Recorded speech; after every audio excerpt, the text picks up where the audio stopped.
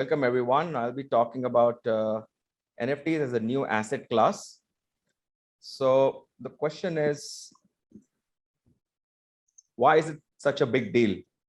Now, if you actually look, non-fungible has been around for a very long time. What has been innovative is the digital side of it.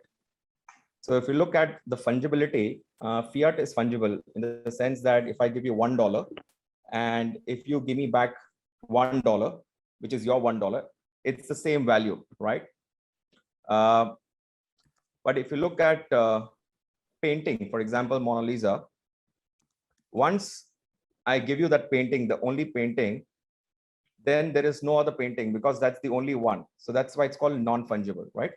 Now, what makes it exciting is the digital side of it. So Bitcoin is called fungible currency, which means if I have one Bitcoin and if you have one Bitcoin, if you exchange the Bitcoins, then it has the same value, correct? Just like fiat. The interesting part is the digital non-fungibility, right?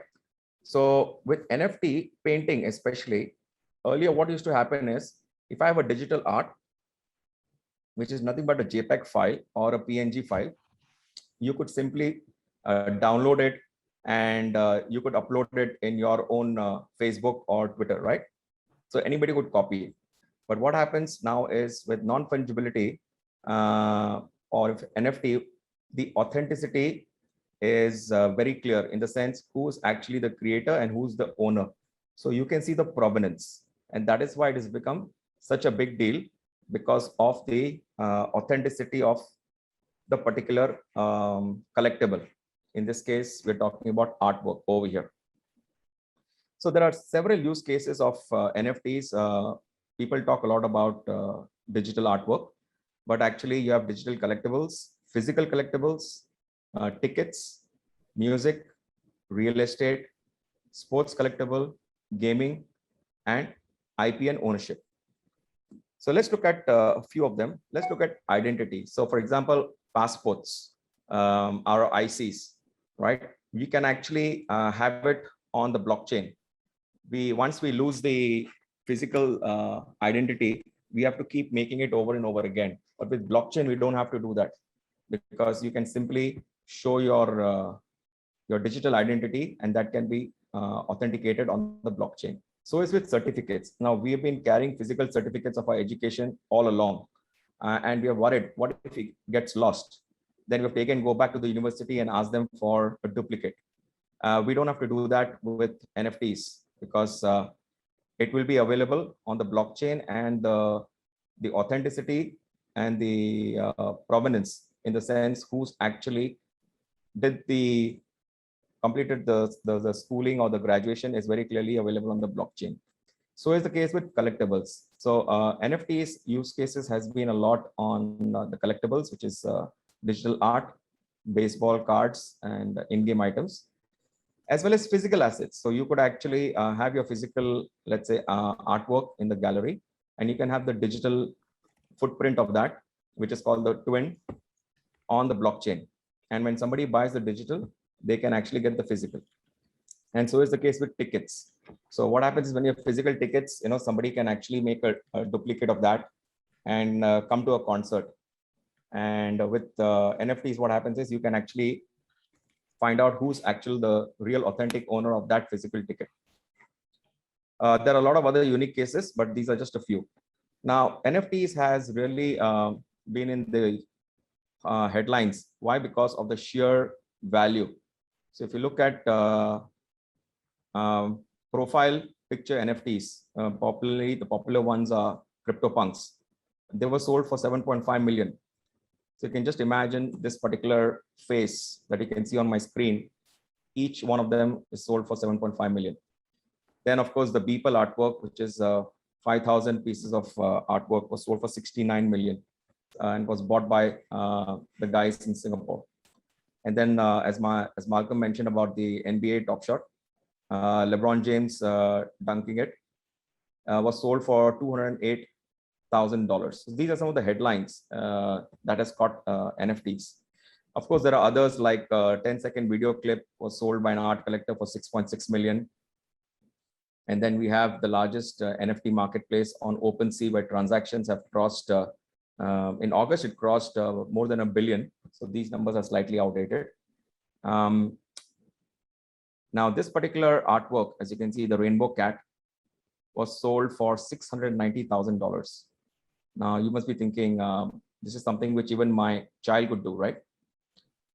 Why is this sold for 690,000? Because whoever has created this and whoever has bought this, there can only be one person. The rest are all duplicates.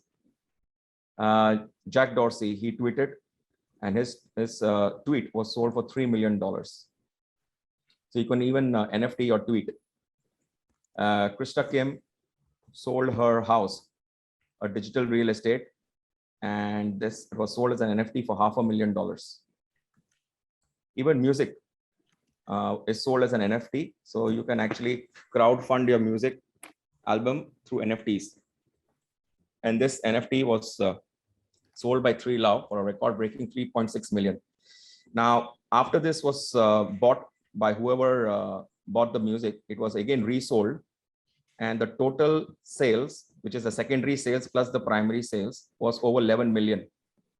Now, the good thing about NFTs is 3Law not only made 3.6 million on his primary sale, but he also got royalty on the secondary sale. So he made much more than 3.6, which is, if you add the secondary sale, he made more than 5 million. So there are actually 4 main categories of NFTs. You can use them in in-game assets, such as weapons, variables, characters, and usually for in-game assets, the ERC 1155 is used, because then you can have a lot more weapons. So you need the ERC 1155 to create the in-game assets token, NFT tokens. Then you have the cards and collectibles. The well-known ones is CryptoKitties. Axie Infinity is now the most talked about.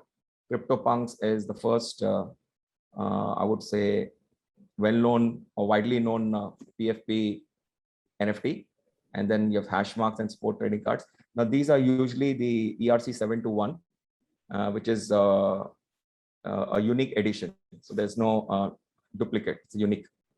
Then you have virtual real estate, which you can even NFT it. So you can actually buy a property by NFTing the property. And then, of course, lastly is the crypto art. But there are also domain names and musics which are being sold as NFTs. The most popular use case of NFTs right now in gaming. The good thing is with NFTs, you actually have the true ownership of your own in-game assets. So that makes it exciting. So you basically trade those in-game assets. And nowadays you even have cross-chain interoperability. And because it's blockchain, it's secure and immutable. Usually for gaming, the ERC 1155 is used. Now, Malcolm shared the landscape of the NFT, but I also have this similar slide. So there are basically different layers. You have the mint layer, then you have the publishing layer, the custody layer, and the transaction layer. So first is the infrastructure. On top of that, you have the minting layer. So I already spoke about ERC 721 and 1155. The publishing layer is where you have the Axie Infinities of the world.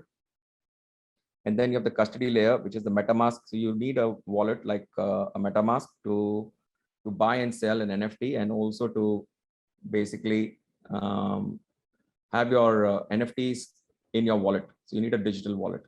And then finally, you have the marketplace like OpenSea, as well as you have other marketplaces and swaps. So you can even swap your NFTs. So that's the transaction layer. If you look at the digital collectible markets, its total sales value is 4.4 billion. This is as on Q2 of 2021, August to be precise. And the total NFT sales volume is 26.7 million. A lot of NFT companies has been funded. This is by CB Insights.